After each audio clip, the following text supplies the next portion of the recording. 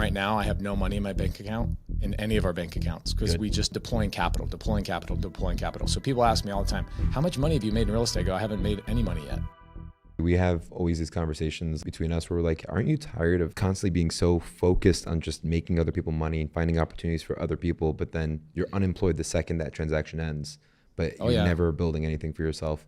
It's like you're planting trees for somebody else's orchard. You're doing all the labor, all the work for someone else's orchard. Yeah. And then you drive by that orchard every day and it's producing fruit. And you're like, if you went over and grabbed some of the fruit off those trees, you'd be stealing, even though you were the one that planted the seed. Yeah. Wow. Like, it's just crazy to think about it that way. And I had a buddy that told me, get started in real estate. And I go, okay. So I went and I took my real estate classes and I text him. I go, hey man, I'm about to take my test for my real estate exam.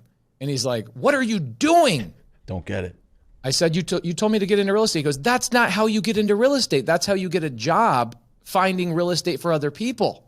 And I go, wait, so you're telling me I shouldn't take the test? He goes, do you want to be a real estate investor? I go, yeah. And he says, being an agent can sometimes brainwash you into being a service provider rather than somebody to go out and find your own deals. 1,000%. It depends on your broker, obviously. It's like some brokers are just badasses and they also invest themselves. And if you're an agent, I strongly suggest you switch over to a broker that is actually investing themselves. Yeah. Well, it's sad because I see so many people, especially in, some of the platforms that we've been a part of, make tons of money. Agents making, $80, $100, $150,000 a month, cranking out all this cash flow. And then just blowing it on cars and watches and all this stuff, and they never reinvest in the business. Yeah. And after 10 years of making $1 million a year, they got nothing to show for it.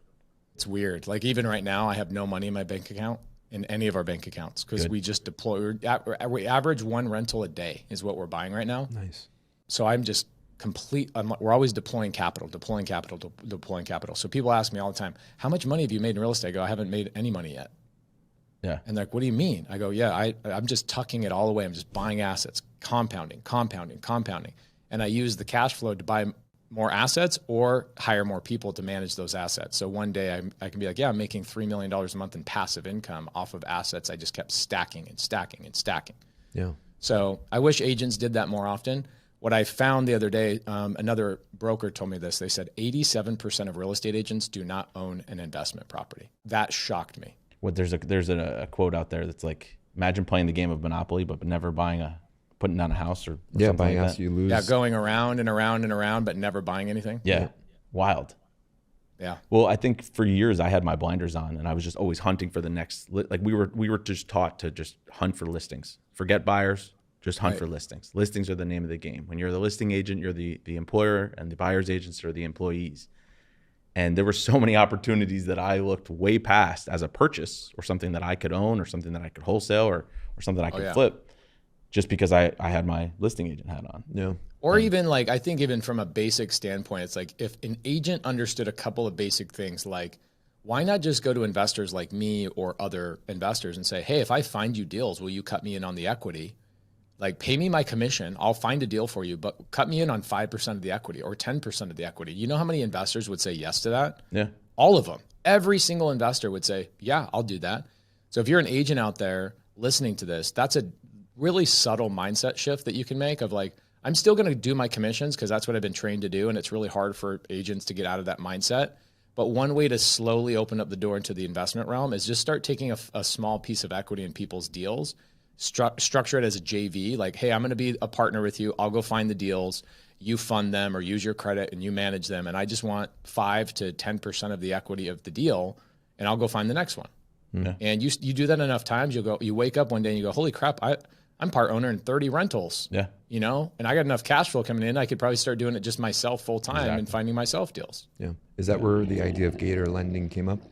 Yeah, kind of. Yeah. Gator lending is actually an EMD strategy. So I owned a nationwide title company. We find that 81% of real estate wholesalers do not actually deposit earnest money when they open escrow on their contracts. Then when you go to them, you go, what's going on, man? Like you have a contract with an agent, right? They do agent outreach. They'll cold call an agent, say, hey, I see you have a listing for 100 days. They get a cash offer on the deal. And the agent, of course, is going to want 1% typically of that purchase price as earnest money, which is smart. And then the wholesaler doesn't have 1% of the purchase price. They go open up escrow. They make the title company essentially lie or just be quiet. And what's the wholesaler doing? They're hoping that they find an end buyer to come in and bring their EMD deposit to the table. Yeah. But what you're doing is you're putting the title company in a position where if they got audited, they could lose their license. And so Gator is me or like somebody coming in and doing micro lending and saying, hey, let me just lend your EMD for you so you're compliant, and let me JV with you on your assignment fee. So for example, like here's a typical one. Average assignment fee in the wholesale world nationwide is about 15 grand.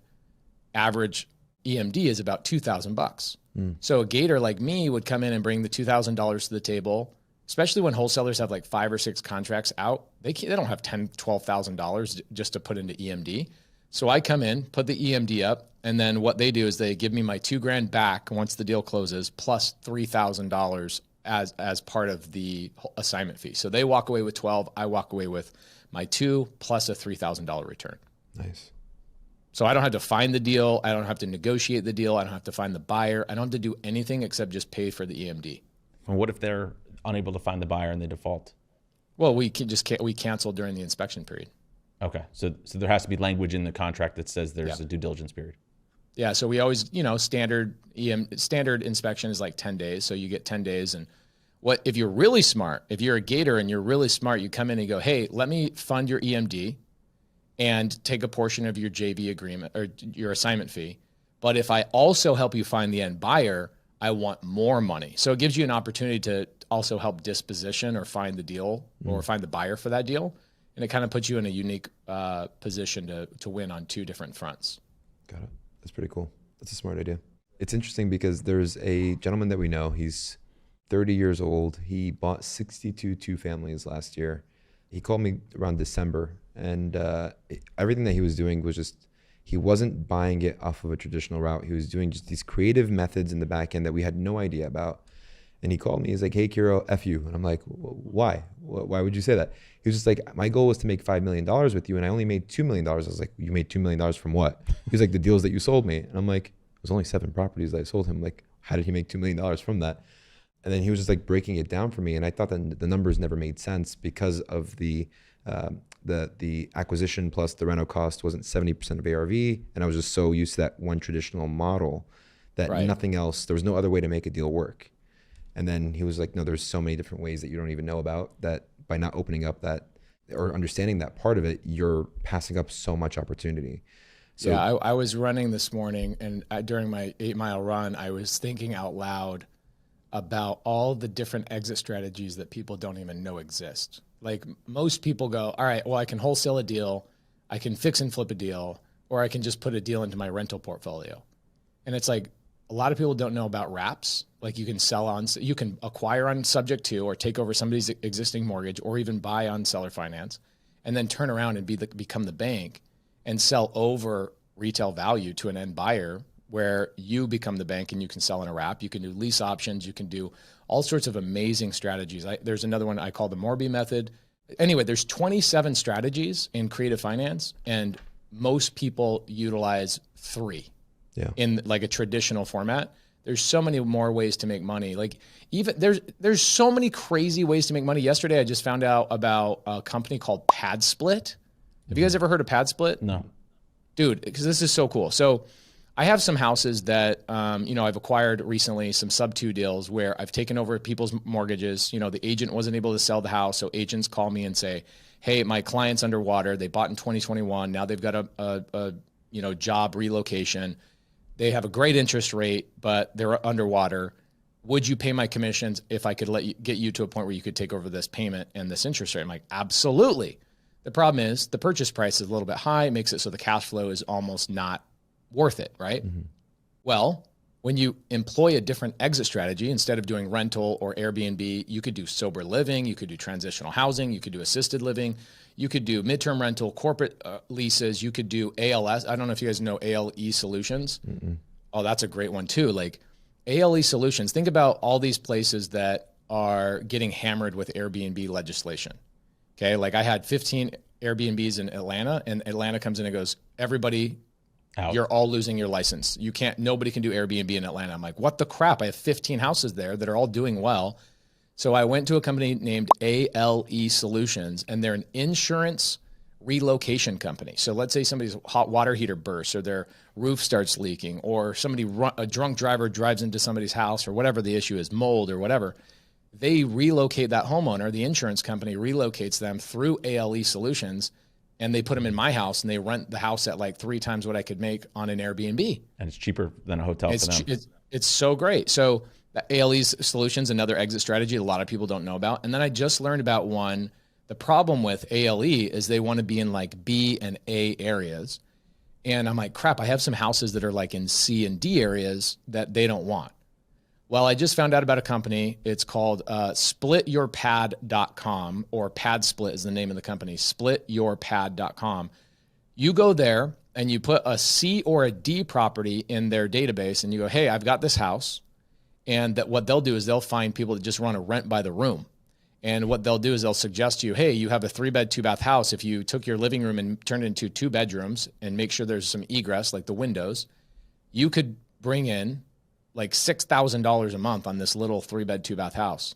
And so I went yesterday and drove around, and I took 4 of my regular rentals that were just kind of like breaking even, and I'm converting them to PadSplit, and I'll probably triple my cash flow on those properties just by looking at a different exit strategy.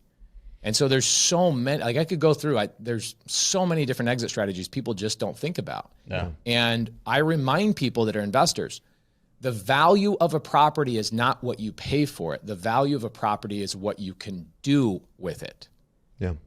And that guy that you're talking about, Kiro, that, did all those 2 families last year, he obviously is using a different exit strategy than most people are even paying attention to. Yeah. So he's playing his own version of Monopoly. Like, he's created his own board game, his own pieces, his own money. And everybody's like, what are you doing over there? He's like, I'm just playing my own game, dude. And none of you guys even know the rules. Yeah. The And he just bets on a lot of appreciation too. Well, oh, yeah. And the biggest problem is it's the philosophy at the root of it, and the philosophy that the people who aren't making those, quantum leaps in building a portfolio are of the idea that you make your money on the buy, not what you can actually do with the asset and what options you have to make it work with the options that are available. Yeah. When I hear that stuff, people go, you make your money on the buy. I actually disagree with that. I think, there's an element to a big element of truth there. But when I make my money on my properties is every time my tenant gets a paycheck is when I make money, because my tenant's going to take 33% of their paycheck and they're going to pay down my debt, which gives me also tax benefits, which also gives me cash flow, pays for my management. And if I get appreciation, great. But let's say the house never appreciates, which is physically impossible. We've already seen that. Like, you can see numeric truth behind that. But let's assume nothing ever appreciates. My tenants are paying my debts down every single month. So that leverage that I have on that property, even if that's at 100% of ARV, at some point it's going to go down to 0 because somebody else is going and working at Target or working at Hewlett Packard or going out and working there and taking 33% of their earnings and paying down my debt for me. Yeah. That's where I make my money.